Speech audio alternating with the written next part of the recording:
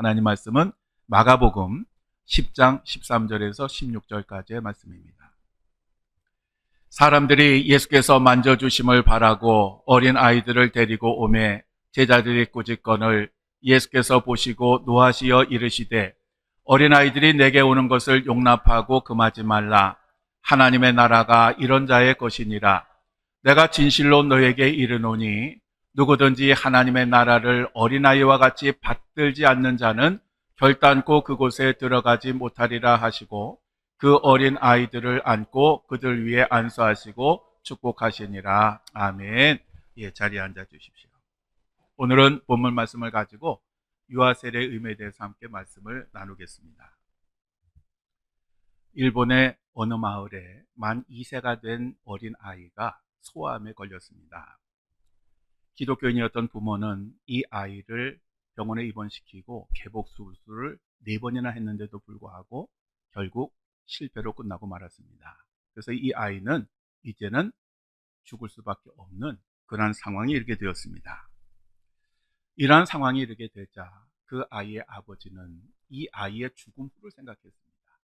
그러다가 유아세례라고 하는 단어가 떠올라서 목사님에게 가서 목사님, 유아세례라고 하는 것이 무슨 의미입니까? 라고 물었더니 그 목사님이 세례는 하나님의 것으로 삼는 표현입니다. 라고 그렇게 대답을 했습니다. 아이의 아버지는 그 죽어가는 아이를 위해서 해줄 수 있는 것이 이제 아무것도 없었습니다. 그래서 그 아이의 아버지는 그 목사님에게 우리 아이를 하나님의 것으로 해 주십시오. 라고 그렇게 부탁을 해서 이 아이에 대한 병상세례식이 진행이 되었습니다. 유아세례식이 끝난 후에 그 목사님은 비록 이 아이가 2살밖에 되지 않아서 아무것도 모르지만 그래도 이제 세례를 받았으니 예수님에 대해서 좀 많이 알아야 된다라고 해서 이렇게 아기들이 볼 수 있는 그런 예수님 이야기 여러 권을 주었습니다. 그래서 그 이 아이가 죽을 때까지 그 예수님 이야기를 쭉 계속 보았는데 이 아이가 그 책 중에서 제일 좋아했던 게 뭐냐 하면 예수님은 내 친구라고 하는 그런 책이었습니다. 이 책에 보면 많은 그 어린이들에게 둘러싸여 있는 예수님이 한 어린아이를 안고 있는, 지금 여러분이 보시는 저런 그림을 그림이 있었는데 이 아이는 이 그림을 제일 좋아했습니다. 그리고 이 아이가 늘 하는 얘기가 저 예수님의 품 안에 있는 저 어린이가 바로 나라고 그렇게 주장을 했습니다. 그로부터 3개월 후에 이 아이는 천국으로 갔습니다. 그때의 이 아이가 하나님의 것이고 예수님의 품에 안겼다라고 하는 것을 의심하는 사람은 하나도 없었습니다. 그리고 그의 어머니가 이전에는 세례를 받지 못했는데 바로 이러한 모습을 보고 자기도 하나님의 것이 되고 싶다고 세례를 받았다고 합니다. 오늘 우리는 김은아에게 세례를 주었습니다. 그래서 오늘은 어버이 주일이지만 유아세례의 의미를 한번 저희가 돌이켜보고자 합니다. 여러분, 이 유아세례라고 하는 것은 무엇일까요? 사실 이 유아세례에 대해서 교파 간의 의견이 굉장히 분분합니다. 왜냐하면 성경에 보면 이 유아세례에 대해서 정확하게 이야기하는 데가 한 군데도 없습니다. 그러니까 유아세례는 어떻게 주어야 되고 언제 주어야 되고 이런 것이 아예 없습니다. 그래서 이것 때문에 교파 간의 분파가 많은 것입니다. 원래 이 기독교 역사를 보면 이 유아세례가 언제 나오기 시작했느냐 하면 로마 제국에 의해서 박해가 심하고 수많은 순교자들이 생길 때 바로 이 유아세례가 시작이 됩니다. 왜냐하면 이제 그 순교하는 사람들 중에는 그 아이를 뱃속에 임신하고 있다가 순교당한 그런 분들도 있고 또 그 어린아이들도 많이 죽었는데 그 어린아이들도 세례를 받지 못하고 죽은 그런 아이들이 많았습니다. 그래서 당시에 이제 제일 심각한 문제가 뭐냐 하면 세례를 받지 않고 죽은 아이들은 구원을 받을 것인가 라고 하는 그 문제였어요. 그래서 그때 고민하다가 로마 가톨릭교에서 이제 시작한 것이 바로 이 유아세례시라고 하는 것입니다. 당시 로마 가톨릭에서 왜 이 세례를 중시했느냐 하면 당신은 세례를 받지 못하면 구원을 얻지 못한다라고 생각했습니다. 그래서 그 어머니 뱃속에서 선택의 여지가 없이 세례도 받지 못하고 또 태어난 지 얼마 안 돼서 세례받을 기회가 없이 죽은 그 아이들을 위해서 세례를 베풀기 시작한 것입니다. 그래서 천주교에서는 아이가 태어나면 이틀이나 아니면 8일 사이에 반드시 세례를 줍니다. 장로교나 감리교도 마찬가지입니다. 이 유아 세례를 인정합니다. 다만 로마 카톨릭하고 다른 게 뭐냐 하면 감리교나 장로교는 구원의 조건으로 세례를 인정하지 않습니다. 그러니까 로마 카톨릭은 세례를 받아야 구원을 얻는다라고 하지만 우리들은 그렇게 생각하지 않는다는 것입니다. 침례교 같은 경우에는 본인의 신앙 고백이 없는 세례는 인정하지 않습니다. 그래서 침례교에서는 유아 세례를 하지 않습니다. 또 성결교에서는 유아 세례는 인정합니다. 인정하는데 별로 시행을 하지를 않습니다. 우리 감리교는 신앙생활에 있어서 아주 핵심적인 요소를 4가지를 이야기합니다. 그것은 성경과 전통과 개인적인 체험과 이성입니다. 즉 기독교 신앙의 핵심은 성경에 이미 계시가 되었고 이것은 전통에 의해서 조명이 되고 개인적 경험에 의해서 살아 움직이게 되고 이성에 의해서 확인이 된다고 하는 것입니다. 그러니까 이 4가지 요소가 잘 어우러져야 건강한 신앙생활을 할 수 있다. 그렇게 이야기를 하는 것입니다. 우리 교회는 성경에서 규정하지 않는 여러 제도들이 있습니다. 왜냐하면 초기 교회는 교인들도 적었고 복잡한 것도 필요가 없었기 때문에 그렇습니다. 그런데 교회가 성장하다 보니까 성도들이 늘어나다 보니까 교회를 유지하고 사명을 감당하기 위한 그런 제도가 필요했던 것입니다. 그 예가 집사, 권사, 장로, 전도사, 목사 제도입니다. 성경에는 정확히 규정하고 있지 않습니다. 그렇지만 교회에서는 시행하고 있습니다. 또 교회 조직도 마찬가지입니다. 초대교회 같은 경우에 선교부나 교육부나 문화부나 청년부나 아니면 어린아이들이 교육을 받는 교회 학교도 없었습니다. 이것은 교회가 생긴 후에 생긴 것입니다. 그러면 이러한 제도들은 성경에 기록되지 않으니까 교회에서 해서는 안 되느냐? 아닙니다. 우리는 이러한 제도들을 인정하고 그리고 시행을 하고 있고 자연스럽게 받아들이고 있습니다. 우리 하나님은 성경에 기록된 것 아니더라도 인간들을 통해서 교회를 통해서 많은 것들을 행하시는 그러한 분이십니다. 그래서 우리 인간들에게 이성이라고 하는 선물도 주신 것입니다. 우리들에게 이성은 혼나라고 준 것도 아니고요. 이 이성 갖고 하나님 앞에 반항하라고 주신 것도 아닙니다. 이 이성을 통해서 올바른 신앙생활을 할 수 있도록 또 하나님의 일을 감당하도록 우리들에게 지혜를 주시기 위해서 이 이성을 주신 것입니다. 구약시대에는 하나님의 명령에 따라서 하나님의 백성된 표시로서 할례를 행했습니다. 그래서 아이가 태어나면 남자의 경우는 8일째 반드시 할례를 하고 이 아이가 하나님의 백성이 되었음을 그렇게 증명을 했습니다. 또 신약시대에는 그 은혜 안에 있는 어린아이도 하나님의 구원의 대상자라고 하는 것을 인정을 했습니다. 그래서 우리 예수님은 어린아이들이 예수님에게 오는 것을 기뻐하고 즐거워하고 막지 말라고 그렇게 말씀을 하셨습니다.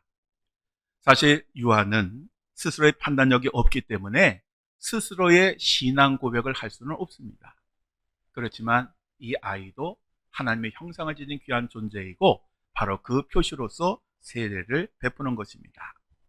또 하나 아주 중요한 이유가 있습니다. 그것은 자녀는 하나님께서 부모와 교회에 위탁하신 하나님의 선물이라는 겁니다. 위탁이라고 하는 말을 우리가 잊지 말아야 됩니다. 주신 게 아닙니다. 위탁하신 것입니다. 위탁하셨다라고 하면 그 위탁하신 그 분의 뜻을 따라서 그 아이를 양육하고 길러야 된다라고 하는 것입니다. 그래서 부모와 교회는 그 아이를 잘 가르치고 양육할 책임이 있는 것입니다. 그리고 아이가 그러한 소중한 존재임을 인식하고 함께 책임지겠다라고 하는 의식이 바로 유아 세례입니다. 유아 세례는 본인의 신앙 고백이 아니라 부모의 선택과 결단에 의해서 이루어지는 것입니다. 그렇기 때문에 이 유아 세례는 세례식으로 끝나는 것이 아니라 부모와 교회가 함께 이 아이를 하나님의 자녀로 양육하는 그러한 것이 시작이 되는 것입니다. 그래서 이 아이를 하나님 뜻대로 잘 양육을 해서 18살이 되면 본인의 신앙 고백을 하나님과 교회 앞에서 하도록 입교식을 하도록 해야 합니다. 그래서 이렇게 이 아이를 잘 양육해야 되는데, 그러면 유아 세례를 받게 한 그 부모가 이 아이를 어떻게 양육을 해야 될까요? 첫째로 부모는 아이를 하나님의 뜻대로 양육해야 합니다. 모든 인생에는 하나님께서 그 인생에 계획하신 계획이 있습니다. 우리들은 하나님께서 계획하신 그 계획대로 아이들을 양육해야 됩니다. 때로 우리들은 아이들이 그냥 우연히, 아니면 부모가 실수해가지고 태어났다고 생각하지만 그것조차도 하나님의 계획과 섭리 가운데 있고, 그 아이에게는 하나님께서 정하신 계획이 있습니다.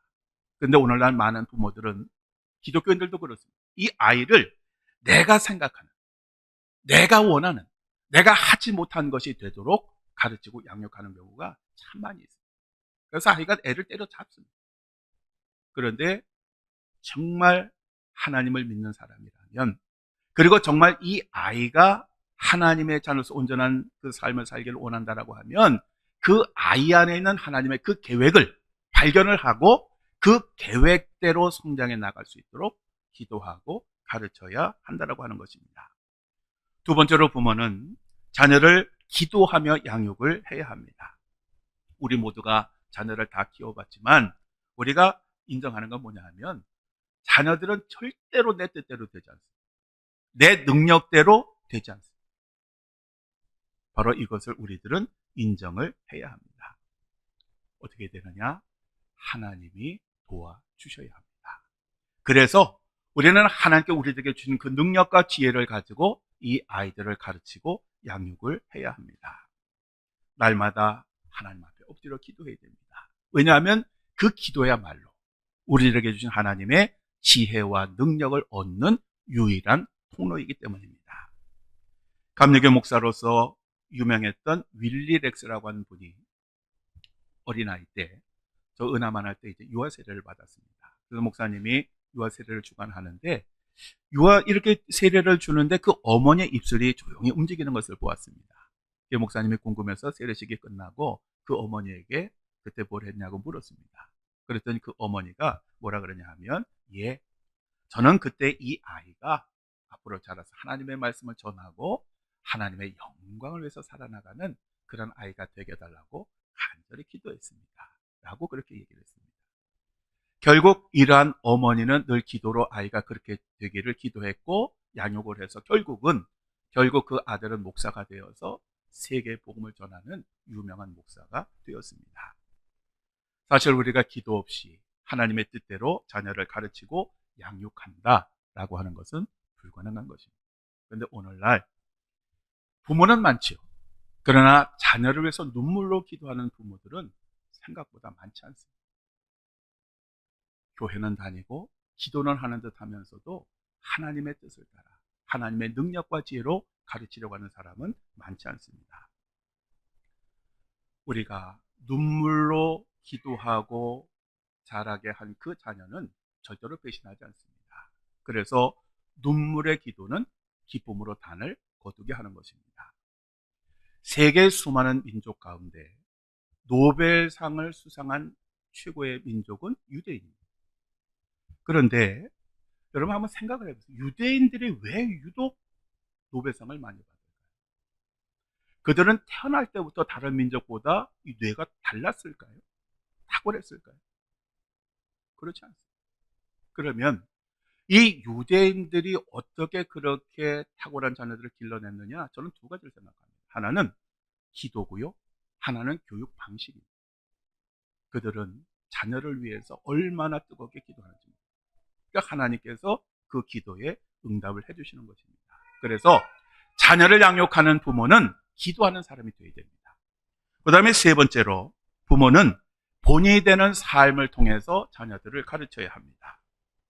자녀에게 가장 효과적인 교육 방법은 말이 아니라 행동입니다. 자녀는 부모의 등을 보고 자란다고 합니다. 그러므로 부모들은 항상 자녀들이 그 삶을 통해서 배울 수 있도록 그러한 본이 되는 삶을 살아야 됩니다. 자녀를 망치는 가장 좋은 교육 방법이 뭐냐 하면 이중적인 삶을 사는 겁니다. 즉 교회에서의 삶과 세상에서의 삶이 다르면 그것만큼 확실하게 자녀를 망치는 교육 방법이 없습니다.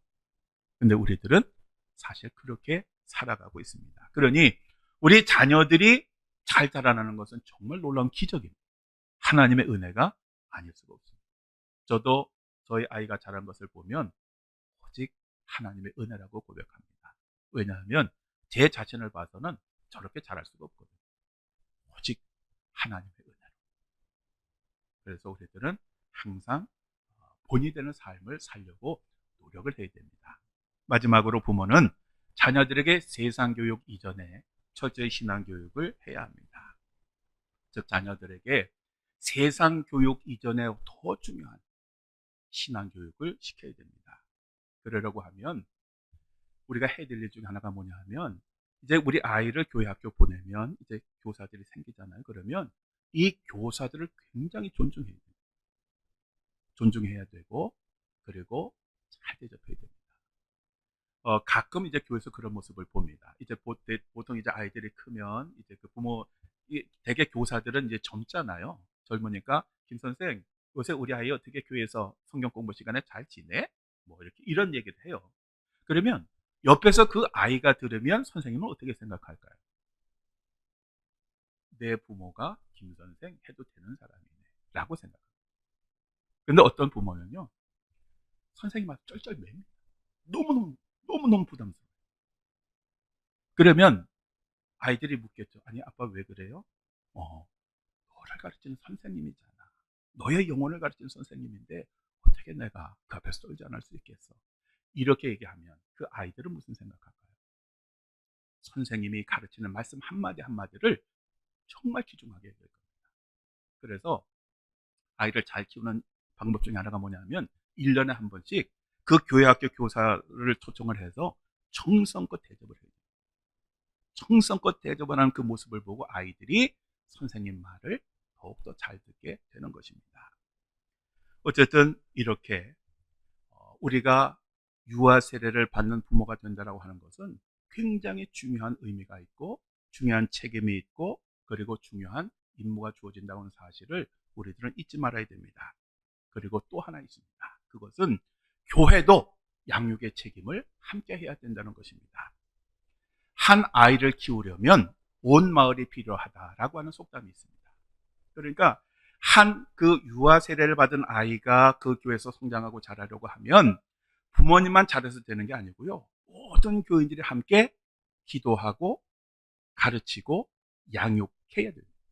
그래야 그 아이가 온전한 아이로 성장할 수가 있는 것입니다. 그리고 또 하나 교회가 기억해야 될 것은 다음 세대를 위한 준비를 철저히 해야 됩니다. 특별히 다음 세대를 위해서 기성세대는 희생하는 것 마다하지 않아요. 비록 나는 제대로 대접을 못 받을지라도 이 교회에 있는 다음 세대는 정성을 대접하고 바로 가르치고 바로 양육해야 됩니다. 그렇지 않은 교회는 한 세대만 지나면 문 닫습니다. 그러나 다음 세대를 위해서 모든 것을 투자하는 교회는 건강하고 살아있는 그러한 교회가 되는 것입니다. 사랑하는 성도 여러분, 오늘 우리는 은하에게 세례를 베풀었습니다. 이제 부모님과 우리 모두에게 이 아이를 잘 양육할 공동 책임이 시작이 된 것입니다. 언젠가 하나님 앞에 섰을 때 하나님은 은하에 대해서 너희가 무엇을 했느냐라고 묻게 되실 것입니다. 자, 그렇다면 여러분들은 함께 공동 양육을 할 마음의 준비가 되셨습니까? 기도하시겠습니다.